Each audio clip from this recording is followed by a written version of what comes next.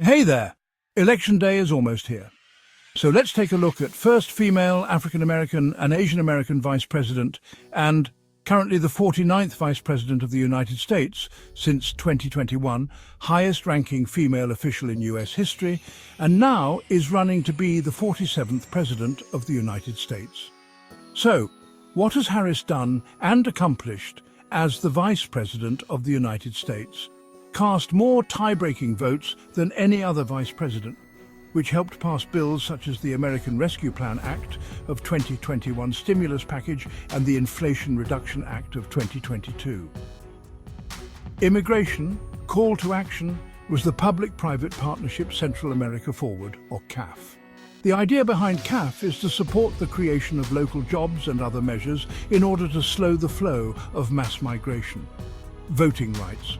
Harris was at the forefront of the administration's pursuit to enshrine voting rights protection throughout the US, according to White House transcripts.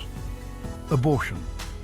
Harris visited a Planned Parenthood clinic on March 14th, a historic first for any president or vice president while in office, according to previous reporting by USA Today.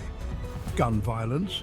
In September 2023, Biden established the first ever White House Office of Gun Violence Prevention to reduce gun violence, overseen by Vice President Harris, as announced by the White House.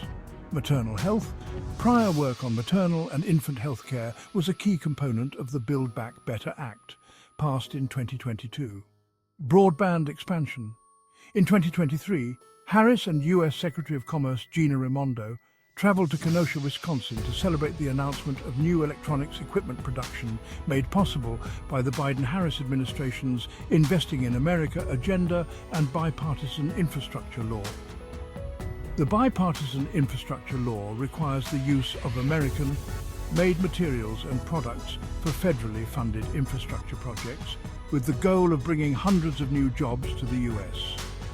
The law also notably includes a historic $65 billion investment to expand affordable and reliable high-speed internet access in communities across the U.S. Harris proposed plans and platform on key issues for 2024 election would have to be passed by Congress, which has the power of the purse. Tax plan. Trump and Harris have competing tax plans. Both nominees' plans would have to be passed by Congress, which has the power of the purse. Here's what Harris has proposed so far. Provide bigger tax benefits for families, but would offset the costs by raising corporate taxes, while Trump has said he'd extend the tax cuts enacted in 2017. Wants to eliminate federal taxes on tips, which Trump first proposed. Wants to provide a financial cushion for small businesses with a tenfold increase in the startup expense deduction, lifting it from $5,000 to $50,000 child tax credit. After Trump's running mate J.D. Vance pitched boosting the child tax credit to $5,000, up from the current top tax break of $2,000, Harris one-upped Vance's number, suggesting a child tax credit of $6,000. Although this would be for the parents of newborns, suggests a return to the pandemic-era expansion of the child tax credit up to $3,600 for young children. She hasn't released income eligibility thresholds, but it's likely that it would phase out for those at higher income levels. Earlier this year, Senate Republicans blocked legislation that would have increased the child tax credit. Housing shortage. Promises to build 3 million affordable new homes and rentals by the end of her first term, offering tax breaks to builders who construct homes for first-time home buyers. Proposed a $40 billion fund to help local governments find solutions to the low housing stock. Wants to provide Americans who have paid their rent on time for 2 years with up to $25,000 in down payment assistance, with more support for first-generation homeowners. Inflation. Blames price gouging by food suppliers and grocery chains for high prices and pledges to take on corporations with the first federal law against price gouging. Economists have expressed doubts about the efficacy of such a law because they say that the reasons for food inflation are complex. She also wants to lower prescription drug costs, which has been a focus for the Biden administration. Immigration. Harris has not yet issued an immigration policy platform, mostly brought up the bipartisan border security deal that collapsed in Congress earlier, promised to revive the bill, expressed support for an earned path to citizenship for this population on the campaign trail. While the bipartisan border deal did not include a legalization program for undocumented immigrants, a long-time Democratic priority in immigration negotiations. Abortion. Harris and Trump have opposing views on abortion access, an issue that could be a crucial motivator for voters in November. Has made abortion rights a focal point of her campaign and pledged to sign into law legislation that restores the federal right to abortion, if Congress passes such a bill.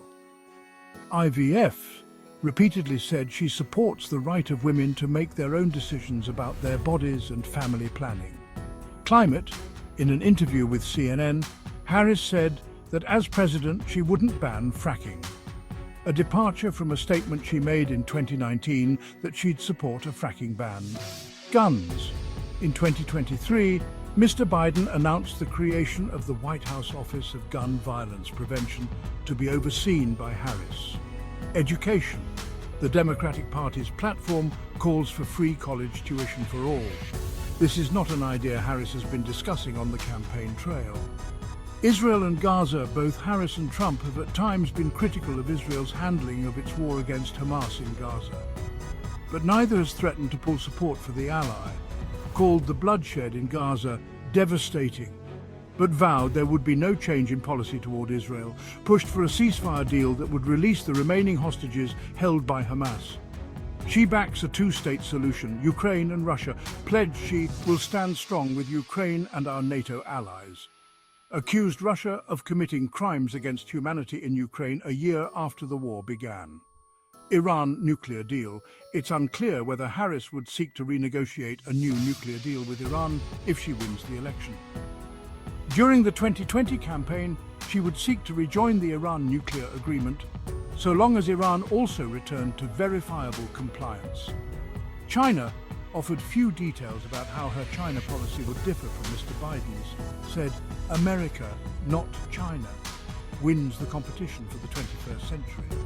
So that is what Harris has accomplished and has contributed to our country. And what are her plans and platforms on key issues that can contribute to the betterment of our country if elected? We have to make a wise decision about who we are going to vote. We have to look back when our country is better off. Was it during the Trump administration, or was it during the Biden administration with Harris as his VP these last 3-4 years? When did you feel safer? When did you have more money in your pocket? When did you have more freedom of speech and religion? Can Harris best represent our country internationally? Can Harris talk and negotiate with other foreign leaders? Can Harris protect our country from foreign adversaries? May God give us the wisdom to choose the right applicant for the position of the President of the United States of America. Election Day is November 5th, 2024. Vote wisely and God bless. Disclaimer.